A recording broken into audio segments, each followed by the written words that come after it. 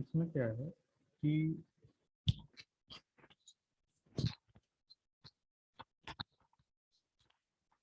कभी कभी ना इसका जूम एप्लीकेशन का जो ये विजन है कैमरे का इतना खराब हो जाता है, इसमें आउट ऑफ द फोकस ही रहता है, आदमी पता नहीं क्या हो सकता है। एक तो तुम इसमें ये देखो पहले कि हमने पढ़ा था लीनियर काइनेमेटिक्स में लॉज ऑफ मोशन के चैप्टर में Newton second law. Yes sir. तो यहाँ पे हमने क्या कहा था कि भाई external force acting on a system is equal to rate of change of linear momentum। अगर तुम्हें याद है। Yes sir. दूसरा अब देखते रहना जरा सिमिलरिटी में। फिर मैंने इसके लिए तुम्हें कहा था कि चूंकि वो P equal to m v होता है, तो जो F एक्सटर्नल है ये d by d t of m v. अब इसमें हम ये देखेंगे कि ये दो फंक्शन है, इनमें से कौन सा कांस्टेंट है कौन सा वेरिएबल है, या ये दोनों ही वेरिएबल है। तो उसी के अकॉर्डिंग अगर तुम्हें याद है हमने इसके तीन केसेस बनाए थे। एक तो था m d v by d t अगर एम कांस्टेंट है, और एक था v d m by d t अगर यहाँ पे वी कांस्टेंट है, और तीसरा केस था F external equal to m d v by d t plus v d m by d t. ये तो याद होगा ना तुम्हें। Yes sir. इसी के कोरिलेशन में अगर मैं यहीं इसी पेज पे लिखने की कोशिश करता हूँ, थोड़ा छोटा करके लिख लेंगे। यहाँ होगा फोर्स का रोल जो प्ले करेगा वो टॉर्क प्ले करेगा, और लीनियर मोमेंटम का जो रोल है वो एंगुलर मोमेंटम प्ले करेगा। और जो यहाँ पे एल है ये एंगुलर मोमेंटम है आई ओमेगा। ठीक है ना। Yes sir. उसी तरह पे यहाँ पे भैया तीन केस हो सकते हैं। I D omega by d T, D omega by d T को हम अल्फा कहेंगे एंगुलर एक्सेलरेशन, जैसे यहाँ हम लीनियर एक्सेलरेशन कह रहे थे, तो ये एम ए होता है, ये आई अल्फा होता है। हाँ सर। ये ओमेगा, ये D I by d T है तीसरा केस इसका। और यहाँ जो थर्ड केस है ये I D omega by d t plus omega D I by d t. ये मैं तुम्हें बता देता हूँ कि इस तीसरे केस के ऊपर क्वेश्चन जेई में पूछा जा चुका, 5 नंबर का सवाल था शायद। तो थोड़ा ध्यान रखना कि चीजें ना कोरिलेशन में अगर है तो उनको भी तुम्हें याद रखना चाहिए, ये नहीं कि ये तो आपने पढ़ा है। कभी कभी हम एक जगह चीज पढ़ लेते हैं दूसरी जगह काम हो जाती है, समझिए। Yes sir.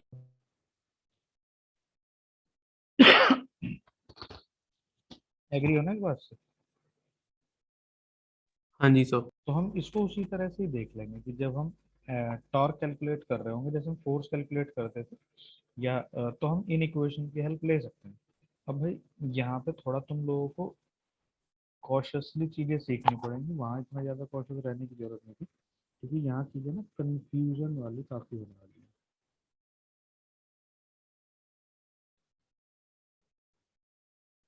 इसमें क्या होगा कि जैसे वहां पे था conservation of linear momentum,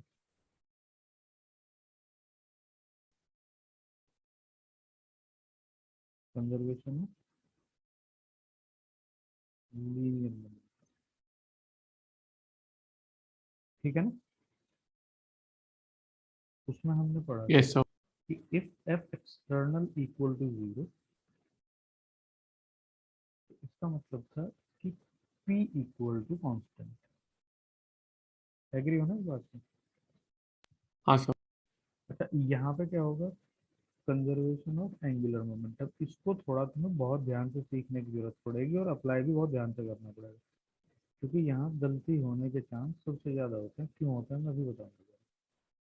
conservation of angular momentum.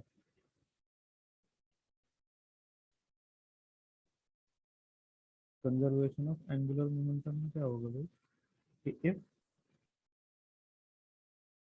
External torque equal to zero, तो इसका मतलब होता है कि जो एल है वो कांस्टेंट रहेगा। ठीक, एंगुलर मोमेंटम कांस्टेंट रहेगा।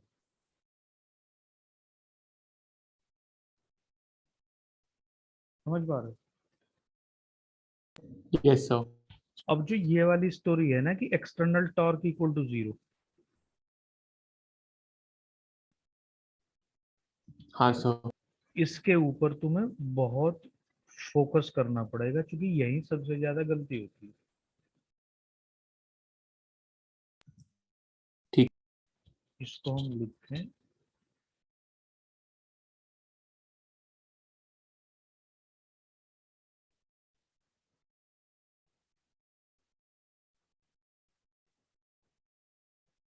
कि सबसे ज्यादा कंफ्यूजन का रीजन होता है, सबसे ज्यादा मिस्टेक यही होती है। अब जरा ध्यान से सीखने की कोशिश करना भाई, मैं तुम्हें कुछ एग्जांपल्स दे दूंगा।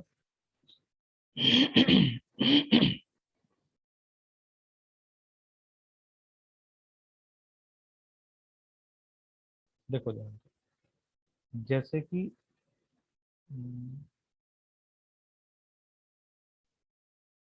कभी चाहोगे तो इसके साथ ना रिलेटेड कुछ लाइव केस भी देख लो।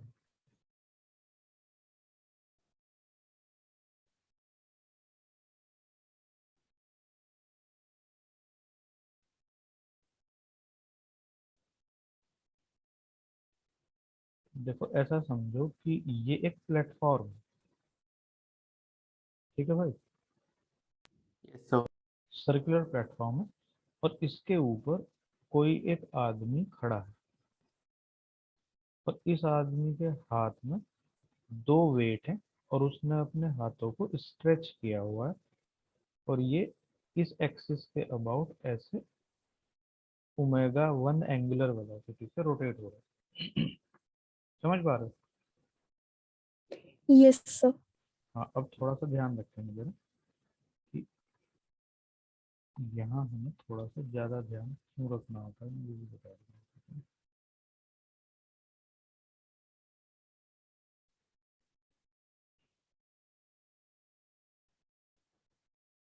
अब क्या होगा इसमें,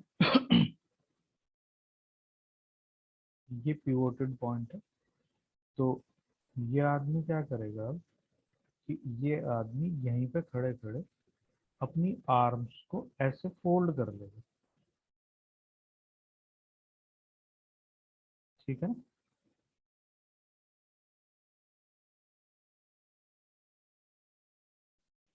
Yes, ठीक। sir. तो एक तो ये देखो कि अगर हम इस प्लेटफॉर्म को, इस आदमी को, और इसके हाथ में जो वेट है, इन सबको एक सिस्टम मान लेते हैं, तो एक सिस्टम जब मानेंगे तो ये आदमी जब इनको अपनी आर्म्स को फोल्ड कर रहा है ऐसे, तो इस सिस्टम में ये फोर्स जो है ये सिस्टम के अंदर से ही आ रहा है। हाँ जी सर। तो अगर उसका टॉर्क कोई होगा भी तो वो कैसा होगा, इंटरनल। हाँ सर। हम कह रहे हैं यहाँ पे platform plus man plus weight, ये एक सिस्टम है। ठीक है ना? ठीक है भाई, अगर ये एक ही सिस्टम है तो तुम ये देखो इसमें कि ग्राउंड तो फिर दूसरा सिस्टम होगी, हाँ सर। तो ग्राउंड से इस पूरे सिस्टम को एक एक्सटर्नल फोर्स मिल रहा है। समझ रहे हो? ठीक है सर। पर उस फोर्स को अगर तुम देखोगे, नॉर्मल फोर्स है वो एक्चुअली में, वो फोर्स इसी एक्सिस से पास हो रहा है, हाँ सर। तो उसका टॉर्क कितना हो गया?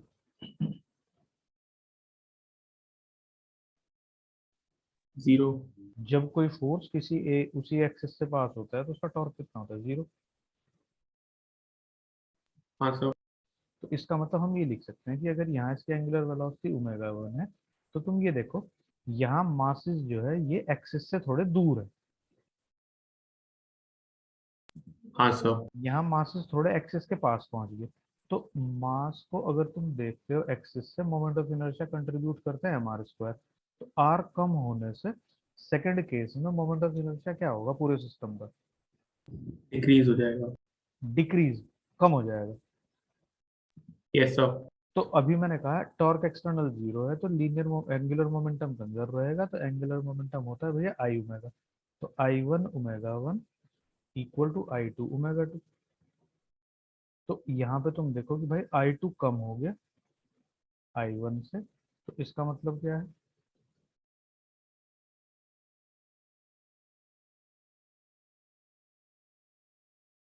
एंगुलर वेलोसिटी इंक्रीज हो जाएगी। हाँ अब तुमने इसका एग्जाम्पल देखा होगा अपनी लाइव, मतलब कोई शो देखा हो या कुछ तरह का, कि स्केटिंग करते हुए कोई वुमेन या कोई तुमने आदमी देखा होगा।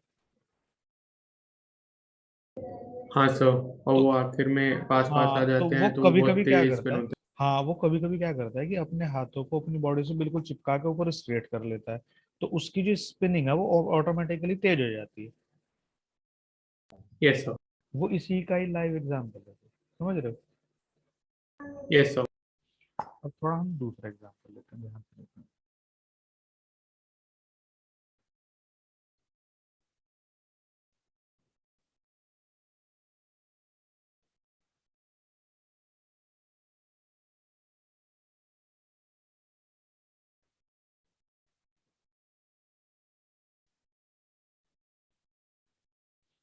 तुम ये समझो भाई कि अपने पास में ना एक रॉड है, ठीक। ठीक है सर। मतलब ये बहुत इंपॉर्टेंट एग्जांपल है जो मैक्सिमम क्वेश्चंस को भी अपने साथ डील करता है। तो ये एल लेंथ की एक रॉड है और इसका मास है m। अब क्या हो रहा है कि यहाँ से एक स्मॉल m मास की बॉल है जो v स्पीड से चलते हुए इसको यहाँ पे टक्कर मार देती है, ठीक। यस। दो केस हो सकते हैं, कोलिजन के बाद इसी से चिपक जाए या अलग रह जाए। Yes, sir. हाँ सर। तो इसमें भी अब हमें देखो ध्यान से क्या चीज चेक करेंगे। तुम ये देखो कि इसके और इसके बीच में जो फोर्स इन्वॉल्व होगा यहाँ जंक्शन पे वो कैसा होगा, इंटरनल, अगर मैं इन दोनों को सिस्टम मान रहा हूँ। Yes sir. एग्री होना इस बात से। तो इनके बीच में जो फोर्स इन्वॉल्व होगा वो इंटरनल होगा, तो उसकी वजह से जो टॉर्क भी मिलेगा वो भी तो इंटरनल ही मिलेगा। Yes sir. अब तुम ये देखो ध्यान से, अगर तुम एक चीज देख पा रहे हो यहाँ पे कि भाई अगर तो इस रॉड के ऊपर ये बॉल यहाँ से आके टक्कर मारती है, तो फ्रीली अगर ये रॉड रखी है तो इस रॉड की मोशनल टेंडेंसी किधर की तरफ होगी, कि किधर जाने की कोशिश करेगी।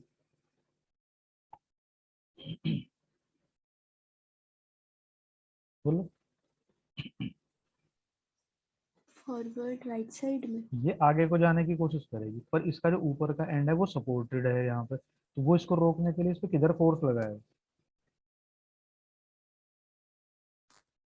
बैकवर्ड। और ये उस पर आगे की तरफ लगाएगी पिवोटेड पॉइंट पे,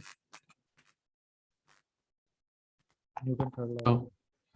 अब तुम ये देखो कि ये पॉइंट जो पाइवोटेड पॉइंट है ये कहीं ना कहीं तो ग्राउंड से अटैच होगा ना,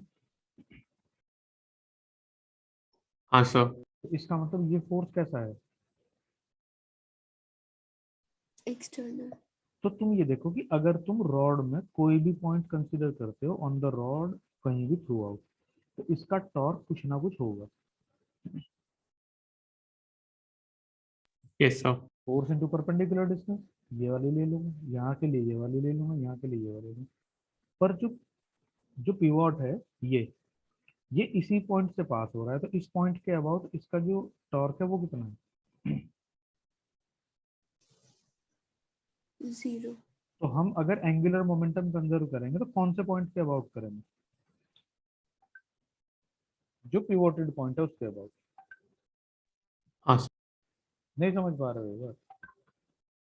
Yes sir, मतलब समझ. इस सारे चैप्टर में यही इंपॉर्टेंट डिस्कशन है कि इसमें तुम्हें ये बात ध्यान रखनी पड़ती है कि मतलब हम किस पॉइंट के अबाउट एंगुलर मोमेंटम कंजर्व करें। सब के अबाउट नहीं कर सकते। एक ही क्वेश्चन में एक पॉइंट के अबाउट एंगुलर मोमेंटम कंजर्व हो सकता है, दूसरे पॉइंट के अबाउट एंगुलर मोमेंटम कंजर्व नहीं हो सकता। समझ रहे हो?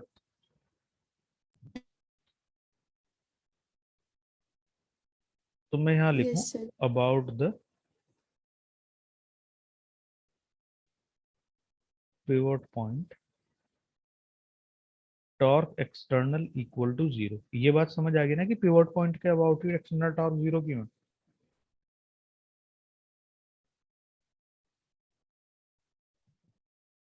Yes sir. तो हम मोमेंटम कंजर्व करेंगे अबाउट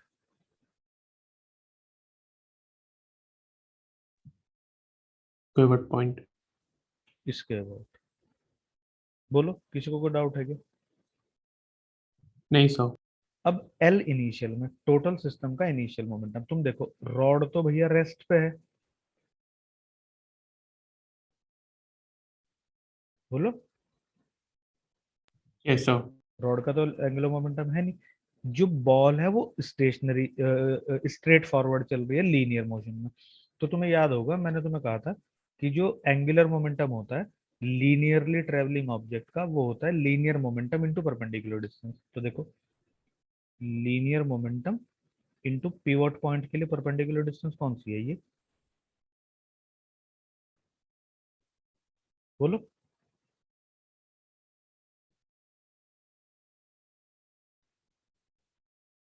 कितनी बार समझ आई नहीं है?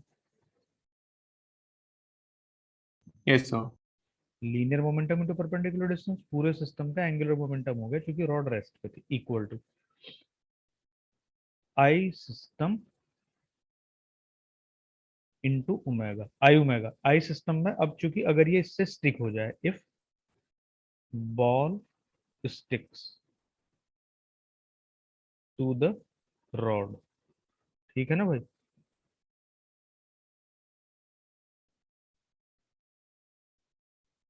Yes sir. तो ये दोनों के दोनों तो सेम एंगुलर वेलोसिटी से ट्रेवल करेंगे। अब देखो जरा आई सिस्टम में क्या होगा, m l square by 3 plus m l square into omega. ये बात बता दो कि ये समझ आई या नहीं?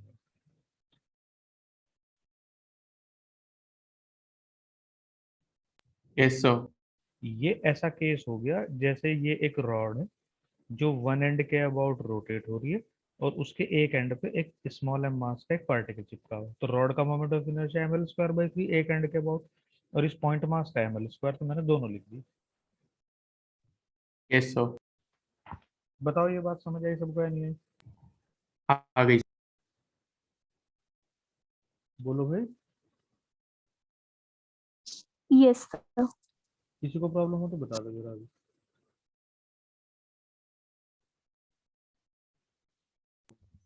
No sir. चलो आगे चलते हैं।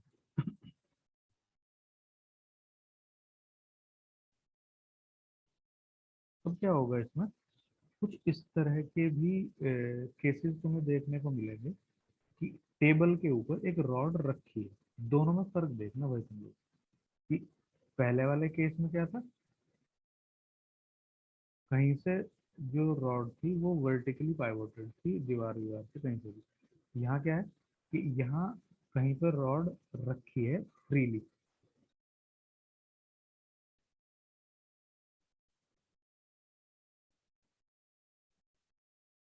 On the frictionless table. बोलो। ठीक है सर। अब क्या होगा कि यहाँ से कोई एक बॉल आ रही है तो उस पे यहाँ टक्कर मारेगी।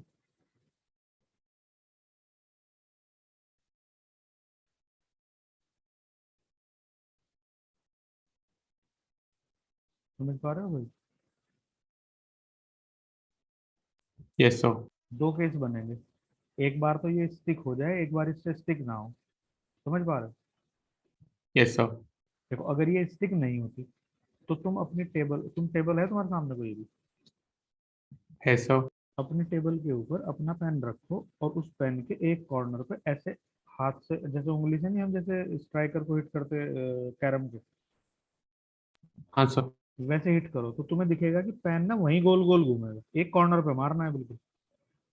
अपने सेंटर के अबाउट घूमता है. अपने सेंटर के अबाउट घूमता है, क्यों? क्योंकि ये सेंटर ऑफ मास है, ये स्टेशनरी रहने की कोशिश करता है।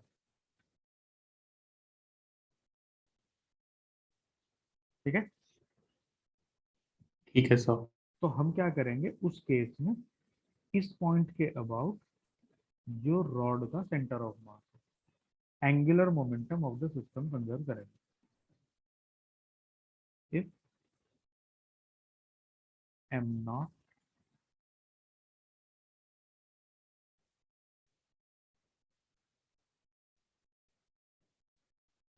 doesn't stick to the rod,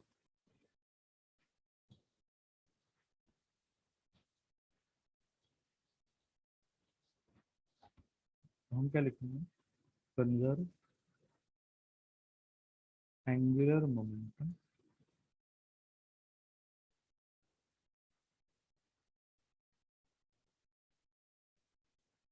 about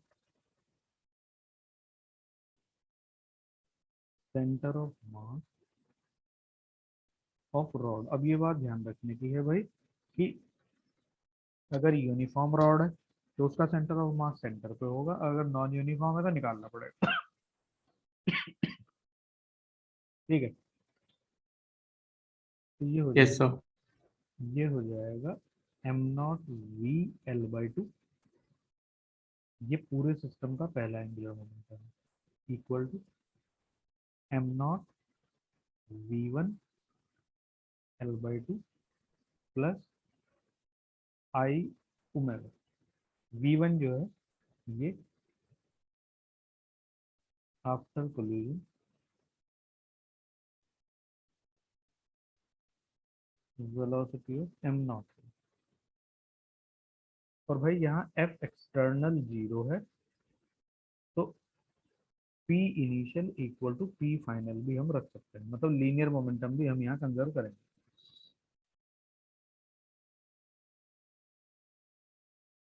बोलो।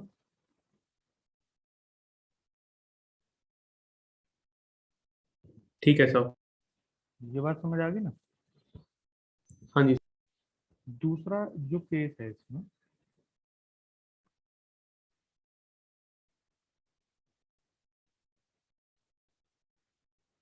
वो कुछ इस तरह का है कि यही रॉड है, पर इसमें क्या होता है भाई कि ये पार्टिकल है ना जो यहाँ से आ रहा है,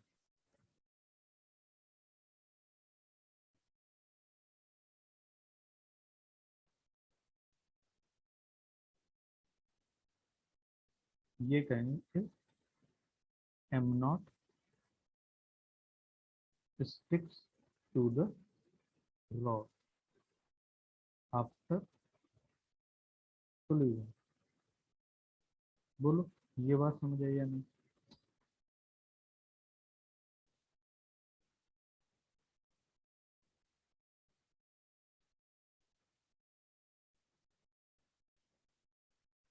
हेलो, Yes sir. समझ पा रहे हो भाई नहीं?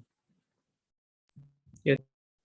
हाँ, तो जब ये भाई साहब इससे स्टिक हो जाएंगे, तो अब ये देखो कि जो रोटेशन वाला पॉइंट है ना, एक्सिस चेंज हो जाएगा, क्योंकि कोई भी बॉडी अपने सेंटर ऑफ मास को स्टे रखना चाहती है। तो अब इस रॉड और इस बॉल का सेंटर ऑफ मास थोड़ा सा यहाँ पे आ जाएगा, हाँ जी sir. Centre of mass of rod plus M naught. तो पहले तो हमारे पास एक काम होगा कि हम इस पॉइंट को कैलकुलेट करें, ये कहाँ पे है, वो हम सेंटर ऑफ मास वाले फिनोमेना से निकाल देंगे। M one x one plus m two x two plus m three x three upon m one plus m two plus, समझ रहे हो? हाँ सर. तो अगर मैं इसको y कह रहा हूँ, तो देखो अगर मैं इसको ओरिजिन मान लेता हूँ तो यहाँ से एम नॉट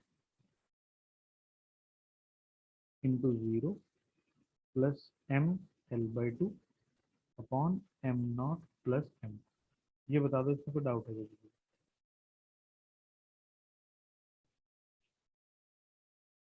नहीं सर। सेंटर ऑफ मास निकल गया। तो अब ये पूरा सिस्टम जो होगा वो इस सेंटर ऑफ मास के अबाउट ही रोटेट करेगा। तो हमें कंजर्व करना है angular momentum, conserve angular momentum about new centre of मास,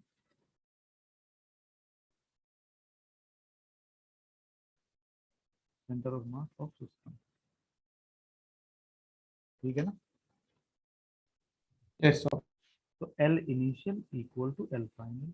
अब देखो L initial equal to L final में क्या होगा कि भैया M not V linear momentum है इंटू एक्सिस से परपेंडिकुलर डिस्टेंस वाई है, रॉड का जीरो है, इक्वल टू आई सिस्टम किसके अबाउट, न्यू सेंटर ऑफ मास के अबाउट इनटू ओमेगा। तो अब ये सिस्टम नए एंगुलर वेलोसिटी ओमेगा से रोटेट होगा। अब आई सिस्टम कैसे निकालेंगे देखिए।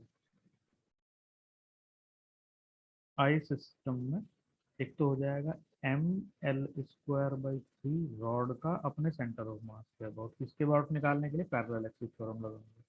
कितना, m l by two minus y का स्क्वायर। ये बता देना भाई, ये बात समझ आएगी। और plus M nought y square. ये बता दो किसी को अगर इसमें कोई डाउट है।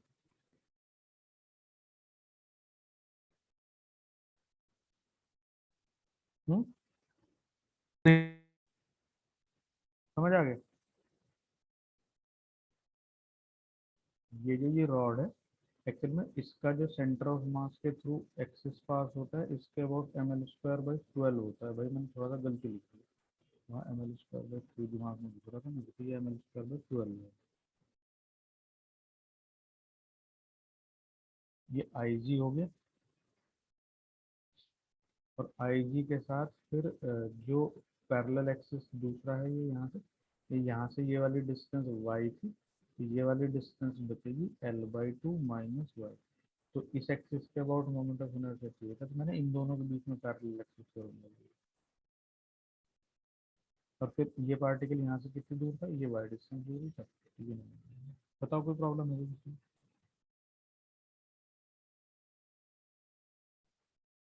हेलो,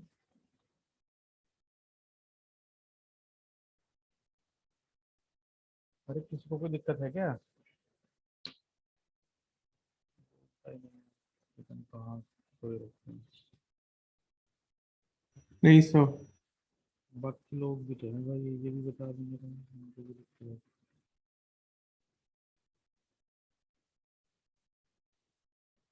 अब इस चैप्टर का नो सब अब इस चैप्टर का सबसे इम्पोर्टेंट पार्ट रह जाएगा भाई, रोलिंग। ये सबसे लेटेस्ट है और सबसे इम्पोर्टेंट है। इसके ऊपर कंपटीशन में काफी क्वेश्चन आते हैं, जरा थोड़ा सा ध्यान से देख लेंगे। ठीक है?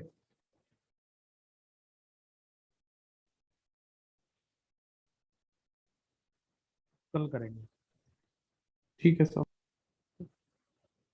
तुम एक बार ये चेक कर लेना कि जो मैंने तुम्हें नोट्स सेंड किए हैं उसके सारे पेजेस तुम्हारे पास हैं क्या, या उनमें से कोई पेज मिसिंग है। Okay sir. एक बार चेक करके बता देना सीक्वेंस में कि सारे पेजेस हैं या नहीं। ठीक है भाई?